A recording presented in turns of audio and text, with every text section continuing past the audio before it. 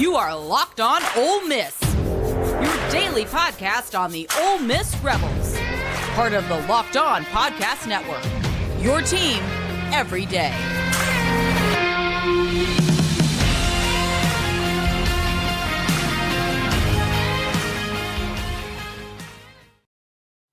No other way to put this other than that was crap. That was horrible. That was a complete self-destruction. That was a game that Ole Miss controlled for 39 minutes and 30 seconds, but the last 2 minutes of the game, Buzz Peterson completely outcoached Chris Beard. Ole Miss all of a sudden got a case of the Butterfingers, the turnovers, and Texas A&M was able to win the game 63-62. It was crap. It was not necessarily acceptable. It's not something that a good team does. This was not the team that went to Coleman Coliseum and beat Alabama. This was a team that was not sure of itself. This was a team that allowed the physicality of Texas A&M to take control at the end of the game.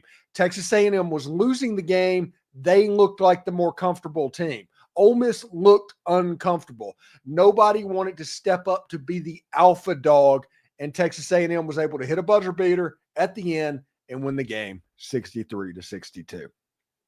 Hello, I'm Stephen Willis of the Locked On Ole Miss podcast, and this is the instant overreaction. This is what we're going to do.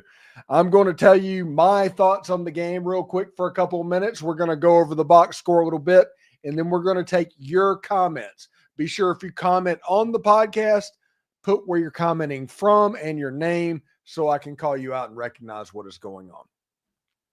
Ole Miss absolutely controlled that game. They did. They controlled that game. For 39 minutes and 30 seconds, Ole Miss had a complete control of that game. That game changed when Buzz Peterson decided to, hey, let's let Devin Barnes get open and foul him. He's a 68% free throw shooter. He missed the front end of the one-on-one that allowed a situation to where a three-point shot could win the game. A&M, to their credit, took the three-point shot, nothing but net, and wins the game. Ole Miss took it down the court, and there was a weird scrum for the ball and all that, and Ole Miss just wasn't able to carry it over.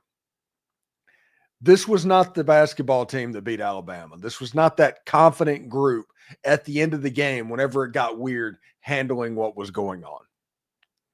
This was not that team. This looked like a team that was unsure of themselves, unsure how to deal with the trap. I'm sure they worked against it. I'm sure Chris Beard taught all of that stuff.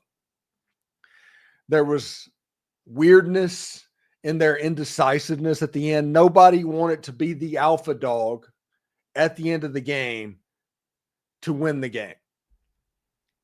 It looked like for a little bit it was going to be Sean Padula, who looked very good from the outside. Juju Murray looked very good from the outside. But nobody stood up to take control in this basketball game. And Texas A&M was able to whittle an 8-point lead down to Texas A&M winning the game 63-62. I don't think A&M led until the last shot went in. That was the first time that Texas A&M led this game. And it's kind of a gut punch a little bit, because what this game does is make the Missouri game mean that much more. It makes that Missouri game be very important, because Ole Miss is in a race to 8. After the Alabama game, we thought it was a race to 10, but we're going to go back to a race to 8 after losing 2 in a row. They have a road game to prevent a 3-game losing streak to the Missouri Tigers this weekend. If Ole Miss can get that win and get right, that's 1-on-1 on the week, we're fine. Everything's good with Texas coming into town and Auburn coming into town. This is a difficult stretch, like all stretches are in SEC basketball. What is discouraging is a very senior-laden and kind of grown-up team freaked out at the end of that game. The pressure got to them. There were some athletes from Texas A&M. Yeah, they have athletes. No joke. But Ole Miss freaked out at the end of that game. Very un-Ole Miss-like to freak out in that situation. This is a team that doesn't turn the ball over, and it just got sloppy in the last 2 minutes of that game. A lot of that has to do with the rock fight that Texas A&M created. Props on them. It was a perfect storm, keeping the game in the 60s. This is where both teams wanted to live, and they made it happen. Ole Miss forced 20 turnovers from Texas A&M. It was a mess. And if anybody else is out there and looking at it, Ole Miss needs to bounce back. This was a hard loss. This was a gut punch. This was a legitimate gut punch. Ole Miss should be 5-1 going into the Missouri Tigers game. Instead, they are 4-2 with a chance to go 4-3. After a 4-1 start or 4-0 start, essentially. You had the overtime game against Mississippi State to where you missed a buzzer beater to win or to tie. You had this situation to where you missed a shot that could have won the game at the very end. Now you have the Missouri Tigers coming up before you get the Auburn Tigers and all of them. So when Ole Miss plays its best, they can beat dang near anybody in the country. When Ole Miss plays like this, I'm concerned that they're going to be able to get a win against South Carolina. This was a team that was not sure of themselves. This was a team whose confidence was shaken and didn't think they were going to score. Anyway, when we come back, we will look at the box score of the game and tell you who the stars were for each team. This is the Locked On Ole Miss podcast. Stick around.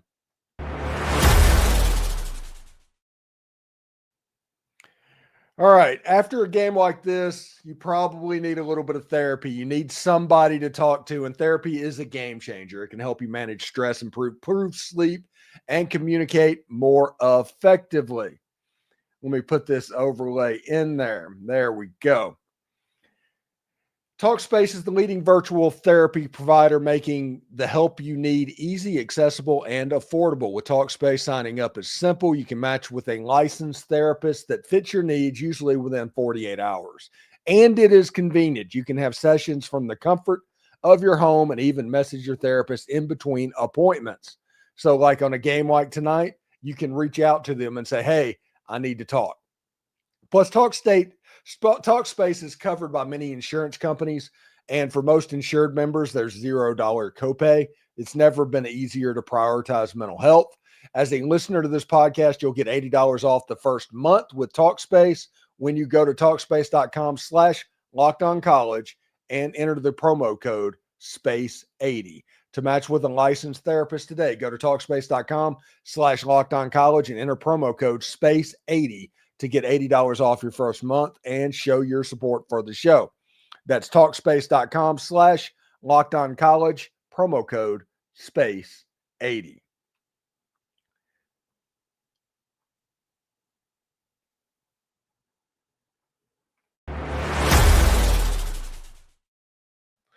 All right, so this game was interesting. So we're going to talk about the results of it. Texas A&M 63-62 winner in the game. Neither team shot particularly well. Wade Taylor for Texas A&M, their best player, had a rough night as well. Ole Miss shot 36.9%. A&M 38.7%. Ole Miss was 13-35. They shot way too many three-point shots in this game. Texas A&M shot 8 of 28. When people complain about basketball, that's what they're talking about. They're just jacking up threes. Turnovers, Ole Miss had 13, many of them in the last 2 minutes. A&M had 20. Ole Miss had 31 rebounds, A&M 48. That was the difference in this ball game. Ole Miss, whenever they lose the rebound battle this much, it is hard for them to win a game, and both teams had 11 fouls. A&M was led by Zurich Phelps, who had 14 points. Farrell Payne had 10. Manny Abaseki had 12. Ole Miss was led by Sean Padula, who had 16 points. Malik Dia had 12. Jamin Brakefield had 10. Jalen Murray had 12. for a total of 62 points. Ole Miss shot 75% from the foul line. The one they missed was the one they most needed to make. A&M shot 77.8%, 7 and 9 from the line. The officials in this game were at the very least weird. If you look at the number, the game was way too physical to have that few of free throws shot in this game. It just was. The refs let a physical game happen. They tried to get it under wraps later on in the game. It was a little bit too late. But this game had turned into a rock fight and stuff like that as well. So we'll see exactly how that goes. This was a game that Ole Miss gave away. This was a game that Ole Miss could have won. This is a game that Ole Miss should have won. This is a game that Ole Miss did not win. And as good as it's going to look at the end of the season to have that Alabama win on your resume, it's going to probably look just as poor thinking about how you could have and should have won this football game against Texas A&M, or basketball game against Texas A&M. It was a mess. It was no other way to put it. It was a mess. It was a disaster thing. Buzz Peterson, like I said, coached Chris Beard under the table, essentially. It was a situation where he completely controlled the last 2 minutes of the game. He determined what was going to happen. He determined fouls and the way the defense was going to be set up. He made Ole Miss speed up and become really uncomfortable. Ole Miss, the senior-laden, grown-up team, looked very uncomfortable, and Texas A&M looked more comfortable down 8 points with 2 minutes left to go. There was no alpha dog for Ole Miss to look at what could happen. So we'll see exactly how that goes moving forward, and we'll see what they do. We're going to take your comments. Coming up next, we're going to talk to you and you alone. Remember, put your name in the comments, put where you're texting from in the comments, and we will see about that. All right, so I want to tell you about Gametime. Attending an NFL playoff game is an experience like no other. The energy, the excitements, the camaraderie with the other fans is absolutely unmatched. I'll never forget the thrill of watching my favorite team, the New Orleans Saints, clinch a playoff victory live. It's a moment that I'll cherish forever. This year, Gametime makes it even easier to create those unforgettable memories with a new feature called Gametime Picks. It cuts through the clutter and shows you the best deals on great seats so you can focus on what really matters, being there. I recently used the Gametime Picks app to snag tickets for an upcoming playoff game, and it was such a breeze. I found a super deal that gave me an amazing value for incredible seats. One of my favorite features, though, was being able to preview the seat view before I bought the tickets, and plus, with their all-in prices, there were no surprise fees at checkout. And the Gametime guarantee gives me total peace of mind knowing my tickets were secure and delivered on time. Take the guesswork out of buying tickets with Gametime. Download the Gametime app, create an account, and use code LOCKEDONCollege, all one word, for $20 off your first purchase. Terms apply. Again, create an account and redeem code LOCKEDONCOLLEGE for $20 off your first purchase. Download Gametime today. Last minute tickets, lowest price, guaranteed.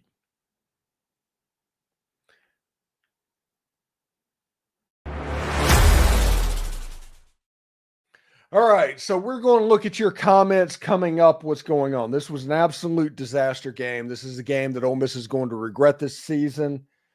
This is a good team. Texas A&M is a good physical basketball team, and they deserve the win, but Ole Miss absolutely kind of gave that game away. So we'll look at your comments real quick. Mark Walsh says, horrible loss. Why is Barnes out there? Why do we throw it into him? Hasn't attempted a field goal all year, and right on cue, he misses. Do be better, Beard.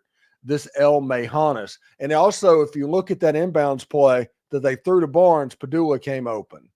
And obviously, I would have preferred Sean Padula to take those free throws at the end. Joseph Jenkins says, the better team lost today. It's on us, and at the end of the day, those refs were smoking something. It was a weirdly reffed basketball game.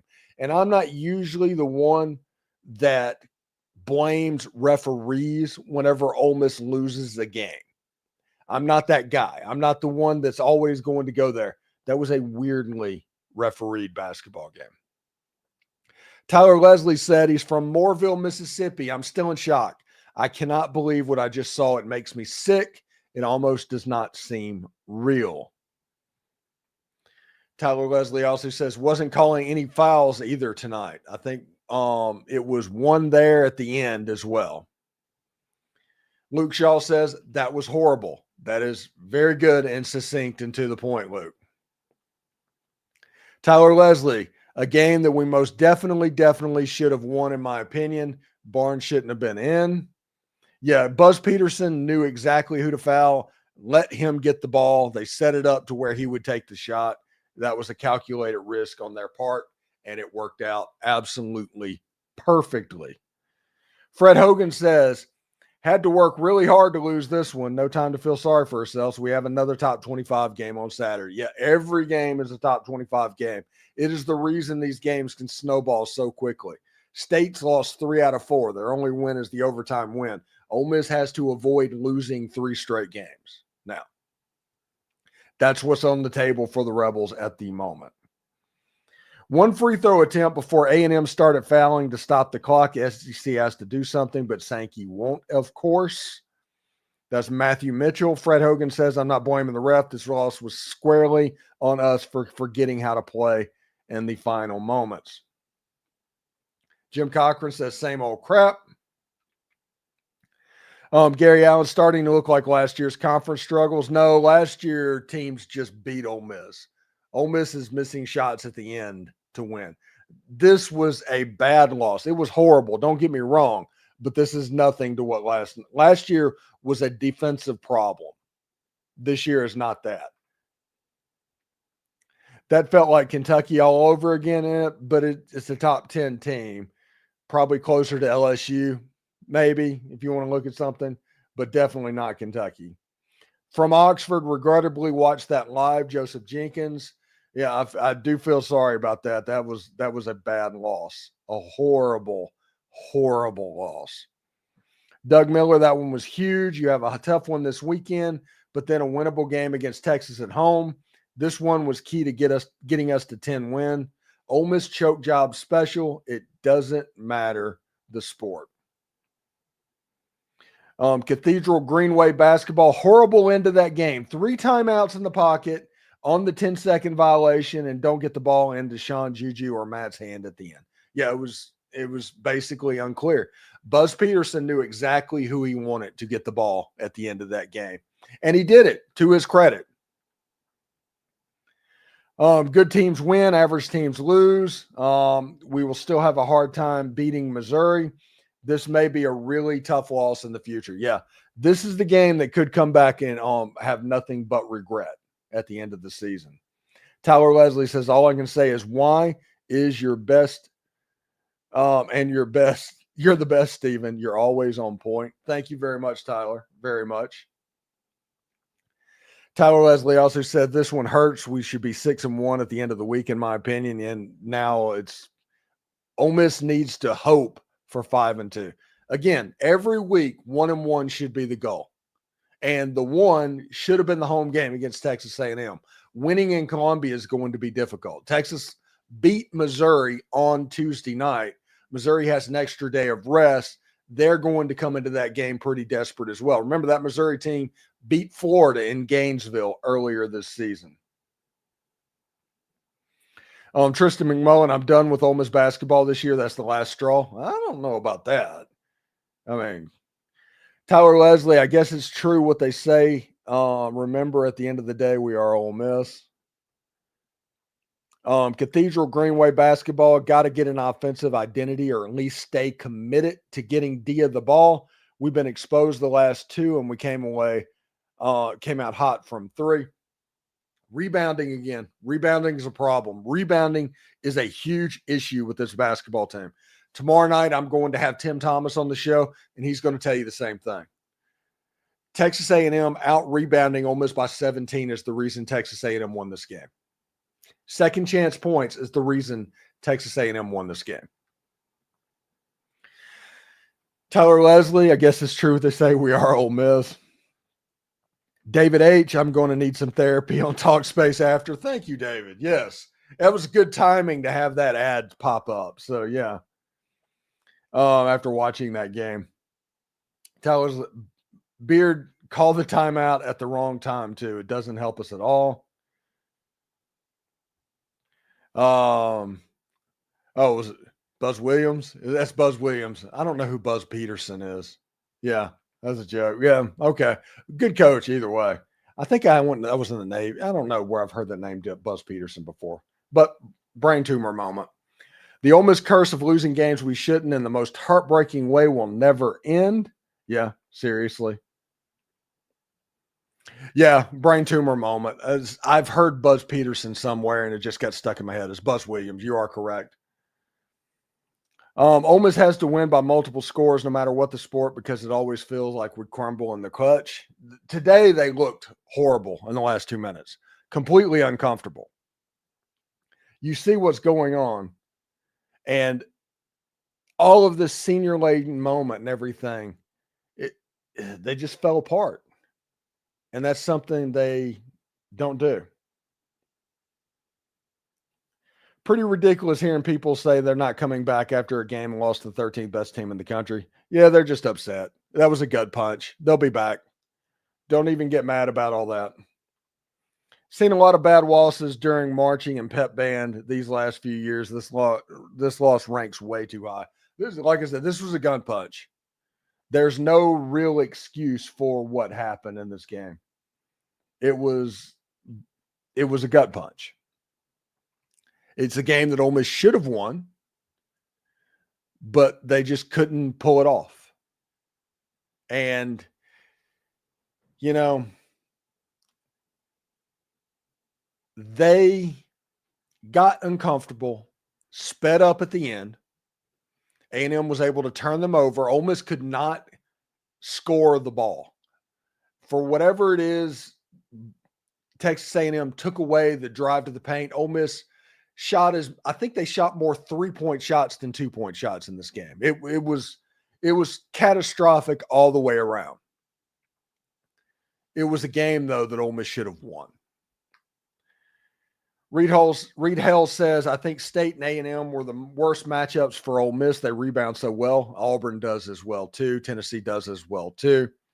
But you are right. They're very athletic guys. A&M leads the country or something like that in offensive rebounding. Tyler Leslie said they got way too soft with 2 minutes left in the game. Cathedral Greenway basketball, that's a big red flag. It is. Experience everywhere, and that's where it should pay off. And for some reason, they just freaked out.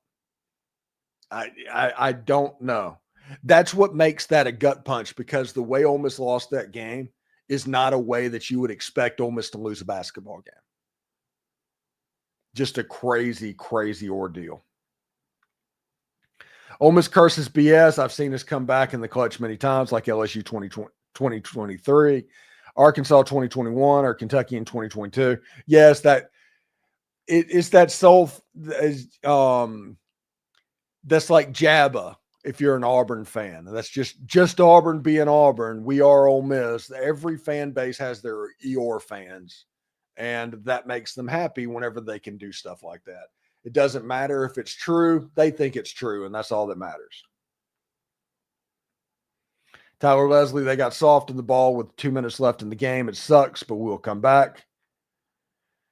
BTTS says somehow A&M won with 20 turnovers. A&M forces threes. However, but their rebounding is key. Absolutely. Bill Walters says at least this coach is better than Kermit Davis. Well, he is. I mean, he is one of the better coaches in all of college basketball. He just got worked a little bit at the end of the game tonight.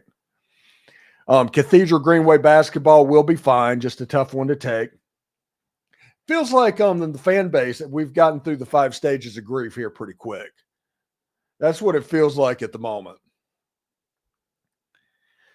What this guy said, Kermit loses his game by 40. Not as bad as the 98 game with Valpo in the tournament. We all remember. I was at my grandmother's. It was at the beginning of spring break. I was an Ole Miss student, and I had gone home to Florence, Mississippi, and I was watching that game and that gut punch. And after that game, me and my friends called each other, and we decided that we're just going to drive overnight and go skiing in Pennsylvania, even though I was in Florence, Mississippi, and we went skiing in Pennsylvania over that too. But yeah, I was at my grandma's watching that game on the sun porch. I remember that very, very well. Rambo in the Wild sat courtside at the game, and it seems to me a lot of egos are getting in the way of the team this year. There's a lot of under the breath moaning and groaning amongst players. Yeah, I mean, they were frustrated tonight. Give Texas A&M credit. They frustrated the heck out of Ole Miss tonight. And Ole Miss didn't have a shot maker to where you could count on them to get 2 points. And listen, Matthew Morrell has lost the ability to make a layup. I don't know what's going on, but he missed 2 or 3 tonight. And after the state game, that's concerning. So we'll see what's going. Bill Walters says the basketball team will recover. Yes, absolutely. Tyler Leslie was at his grandma's too.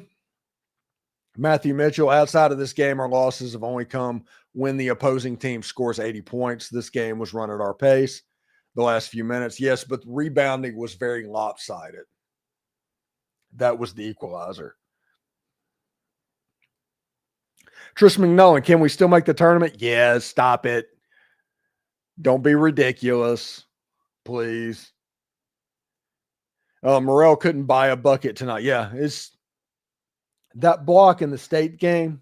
There might be a little bit of Steve Sachs happening a little bit there. So we'll see exactly how that goes. Bill Walters says Matt might be having some physical problems. I think he was injured lower body earlier in the year, and they were saying that he didn't have quite the explosion that he had in the past. I do not know if that is true, but they were saying that. Anyway, this was a difficult game for Ole Miss. It's a game that Ole Miss is going to have to come back from. We're going to talk to Tim Thomas tomorrow night about this game. We'll have what's going on. I've got like 5 interviews tomorrow. We have Sam Hutchins from the Clarion Ledger later on this weekend. Michael Katz. We have Tom Vanderford. We have Tim Thomas. And my, of course, Loom Friday show.